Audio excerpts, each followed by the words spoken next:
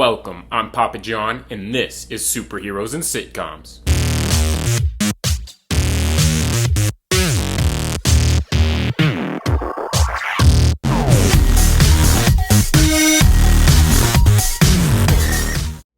Today, I guess we're sort of talking about superheroes, mainly because I just have to talk about this franchise because I love it so much. It's one of my all-time favorite movie franchises, and that's the Fast and Furious franchise.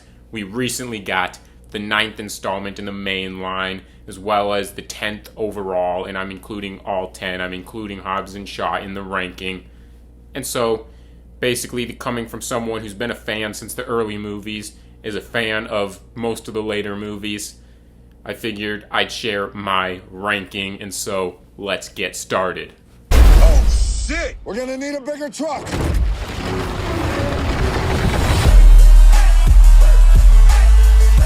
And coming in last place at number 10 is Fate of the Furious. Now, I still would give this movie a thumbs up, just barely. I'd still give it a thumbs up.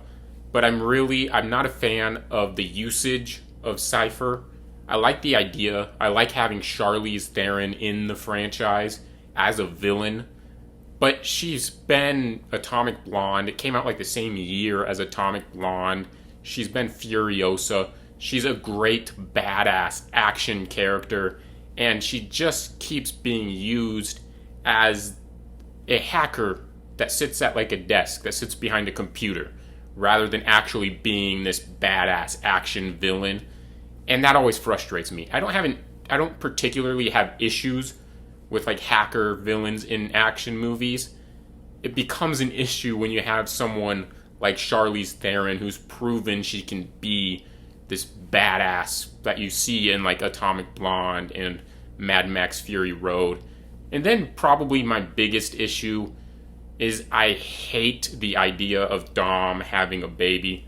And I've always kind of felt like this movie, the idea for this movie, was already kind of out there, kind of being written essentially before 7 was even finished. But then after Paul Walker's unfortunate passing, they obviously couldn't use his character the way it was originally intended. But instead of coming up with a new compelling story, it just feels like they substituted Dom in there. Because it feels like to me the movie was intended to be sort of Brian's kid or kids that got kidnapped by Cypher rather than Dom's baby.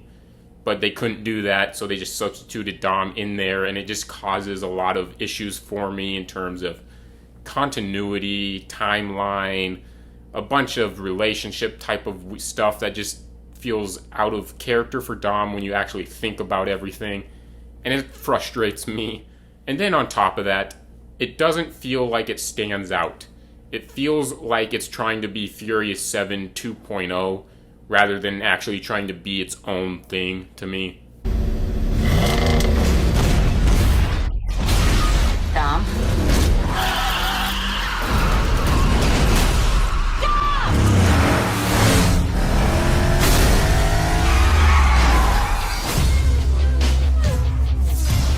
And coming in 9th place is the 4th movie in the franchise, Fast and Furious, the one with the most confusing title because it sounds like it's the first movie in the franchise. That being said, this is a movie I've never really been a big fan of. Even when I saw it in the theaters, I didn't care for it a whole lot. And the main thing with this movie is just simply I hate the way Brian is written in this movie. Paul Walker does a great job with what he's given. The problem is, I just don't like the way he's written. There's a moment where he just goes you cheated, it's not fair, and he just goes on this whining. There's moments in the movie where he just whines, and I don't like it. And for some of the stuff he did that is against the cop ethics, he's never planted drugs on someone. He's never been the type of person that plants things and frames someone like he does in this movie. And then the whole stuff his involvement with Letty and her death and everything, he doesn't feel like Brian in this movie. It does a bunch of stuff that feels un-Brian-like to me. And since Brian's my favorite character in the franchise and one of my favorite movie characters, period, it's something that always frustrates me. And then the Letty's death is kind of just hasn't aged well at all, because she gets brought back in the later movies, and the later movies, except maybe 8, the later movies are better, and so it just lessens the impact of it. And then the action scenes, mainly the ones within caves, the cave scenes, the final battle, it's terrible to me.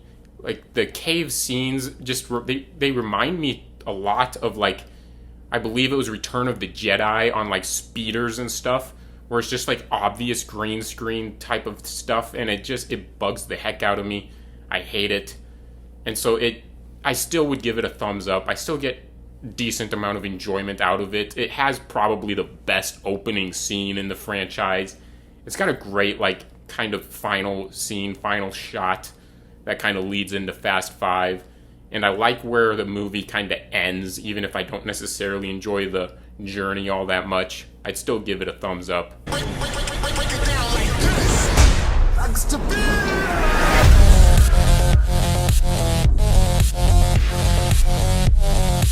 And next, at number 8, is F9. I was going back and forth between F9 and Fast and Furious, and I guess recency bias played a role.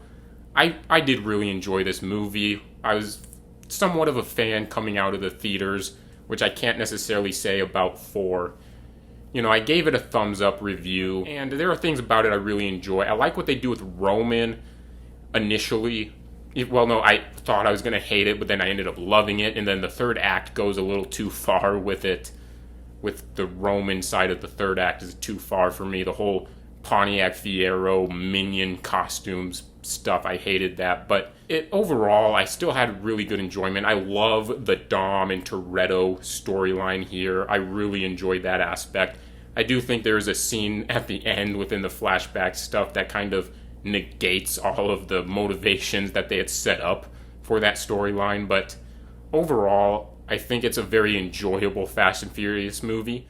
Okay, those bottom 3 movies are movies I'd give a thumbs up to, but just barely. I enjoy them enough, but I don't necessarily consider myself a fan of those bottom 3. Whereas from this point forward, all of these movies I absolutely love. I love all of them. And so, whether one of your favorites is lower or one of your least favorites out of these 7 is higher, just keep in mind I still love them, and it's my ranking. Life's simple. Make choices. Don't look back. The Fast and the Furious Tokyo Drift. Next up at number 7 is the Fast and the Furious Tokyo Drift. I do love this movie. I think Sean Boswell, I really wish he'd get more than just a cameo in a couple of the later movies. I really want him to be more than just a cameo. I like Lucas Black. Do I think he was a little too old for the role? Yes. But I don't think the surrounding characters are as bad as a lot of people say in terms of looking 30 but playing high schoolers. I don't think it's that bad outside of the main character. I mainly just think some of it just doesn't age particularly well. It's the only one that actually ends where the final battle is actually a race, where the other ones, they're like actual final battles. Whereas this one is just a race, and I like that. It helps it stand out. This is one that I think just because the future of the franchise doesn't acknowledge a lot of this stuff, it doesn't really use these characters or anything like that, it really makes it to where this movie doesn't age as good as some of the other movies. But I still really enjoy it. I have a ton of nostalgia for this movie.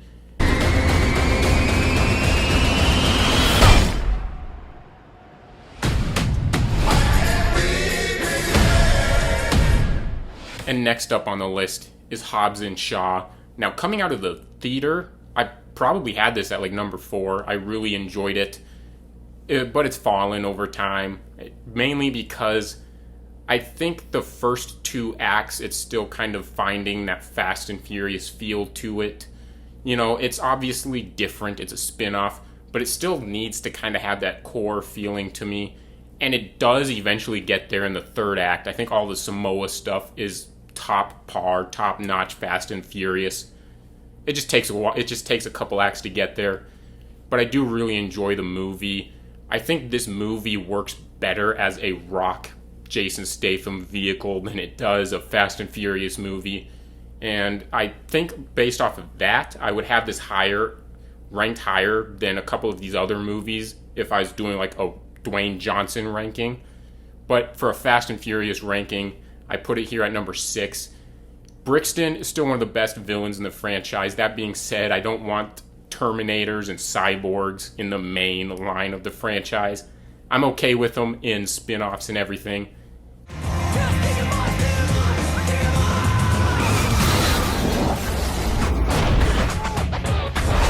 And kicking off the top 5 is Too Fast, Too Furious. Now a lot of people put this very much towards the bottom, but this was the first Fast and Furious movie I ever saw.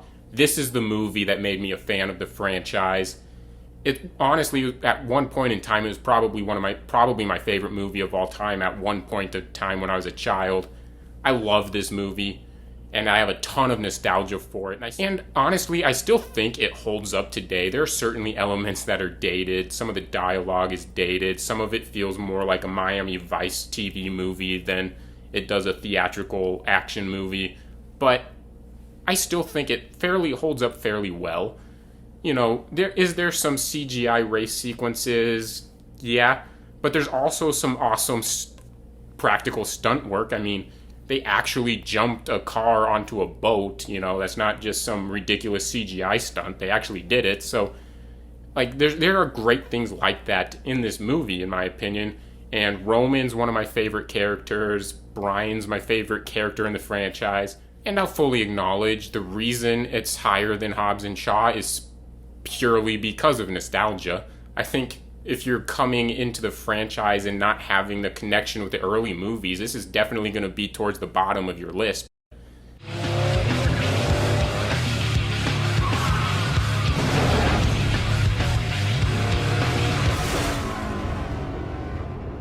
And coming in at number 4 is the original movie, the one that started it all, The Fast and the Furious. This is one that has kind of risen the most throughout my rankings, because I actually, growing up through most of my life, I actually preferred 2 and Tokyo Drift more than this in terms of those first 3 movies. But this is one that's really aged very well because of sort of the later movies and how fleshed out the characters get throughout the later movies. You get to see where these characters from like Fast 5, Furious 7 and stuff, they're humble beginnings. You know, you kind of get to see that, and I think it helps this movie a little bit.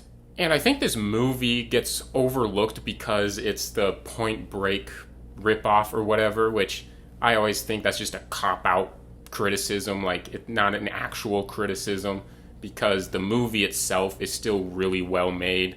And the cop letting the guy go at the end actually makes sense in this movie, where in Point Break it doesn't, because Bodhi kidnaps people, threatens to mutilate Utah's girlfriend. It makes absolutely no sense why he lets Bodhi go at the end. Fair, but anyway, in the Fast and the Furious, it makes sense.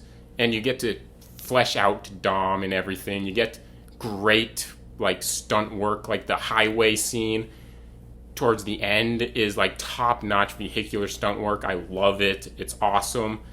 Yeah, the acting still needs some work. I still think in terms of Vin Diesel, I think Vin Diesel's one of these weird actors where he kind of gets worse over time in terms of his performance, but in terms of the other characters, they get better performances in the later movies, especially Michelle Rodriguez, but I still really enjoy this movie, and it ages perfectly because of the later entries in the franchise.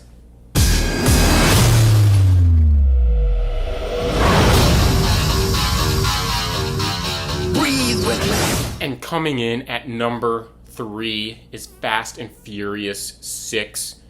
Now, I really love this movie. It's got some great memorable sequences. Luke Evans as Owen Shaw is a great villain, one of the best in the franchises. And I love the fact that they kind of bring Letty back simply because I think Letty and Dom has a lot more chemistry than Dom and Elena. And I think they did a decent enough job bringing her back, which I can't say for Han in F9. But here, I think it works. It all works pretty damn well. You got some great action sequences in there, all executed well. To me, it's not too long. I know some people complain that it's too long of a movie. I've never felt that at all. And I didn't even realize that was a criticism people had until very recently. But I love the movie. But the reason it falls at 3 and not higher on the list is simply because it just feels overshadowed by the 2 movies that surround it, which obviously by process of elimination are the 2 movies ahead of it. So that's the main reason it's not higher on the list. I really don't have many criticisms because I just love the movie and love the franchise. And now we get into the top 2. These are honestly 2 of my favorite action movies of all time. I absolutely adore both of these movies, but the order I'm going to put them in is probably a different order than most people.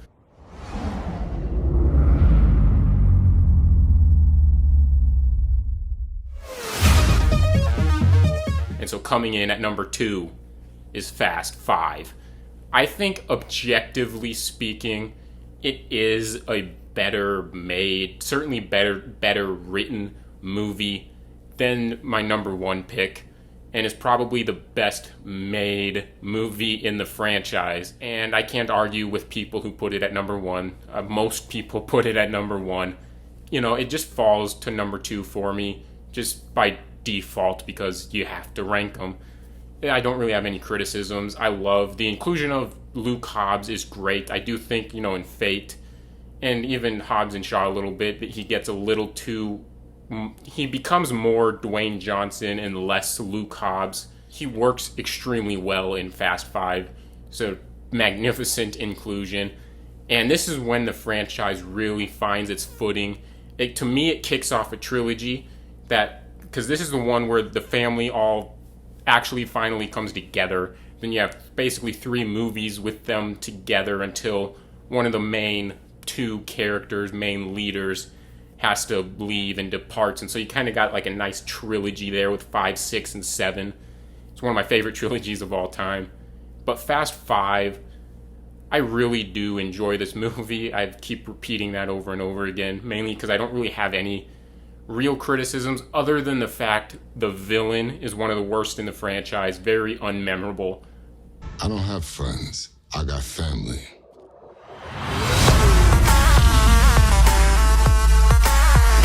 And coming in at number 1, my favorite Fast and Furious movie is Furious 7.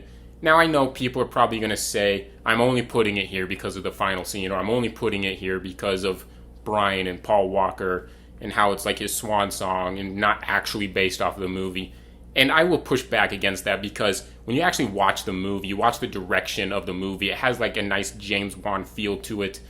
I've heard a couple people criticize it as the feeling more just like another Justin Lin movie rather than an actual James Wan movie. And I disagree with that, mainly because you look at the fight scenes in Furious 7, they're very much more similar to the fight scenes in Aquaman than they are to the fight scenes in the other movies in the franchise. And that's what separates this. It has the best... Maybe Hobbs and Shaw, I could see people arguing. But in Hobbs and Shaw, they move a little slower, even if the choreography is great. Here, you have some nice, fluid, great choreography, great editing, great cinematography around the fight scenes. And then even on top of that, the vehicular stunts are really well done, and even the CGI is blended great into them, and you just have this great visual, awesome, absurd action movie with great emotion, easily the most emotional in the franchise. That being said, some of the writing, you have a little bit too much in there when it comes to Mr. Nobody, the Jaimin Hunsu character, then you have the Deckard Shaw storylines, and then you have this and that. There is a little too much storylines that it's tackling, and that's why I think it might be only number 2 when it comes to the best made, and Fast 5 would come ahead of it. But overall, this is definitely my favorite in the franchise, one of my favorite action movies, and that is why it comes in at number 1. Hey, thought you could leave without saying goodbye. Thanks for watching this video. Go ahead and share your thoughts on the Fast and Furious franchise in the comment section down below. Share your ranking, share your thoughts, share whatever you want. And if you enjoyed this ranking, go ahead and smash that thumbs up icon, smash that subscribe button, hit that notification bell as well. And have a great day, and always remember, that's life.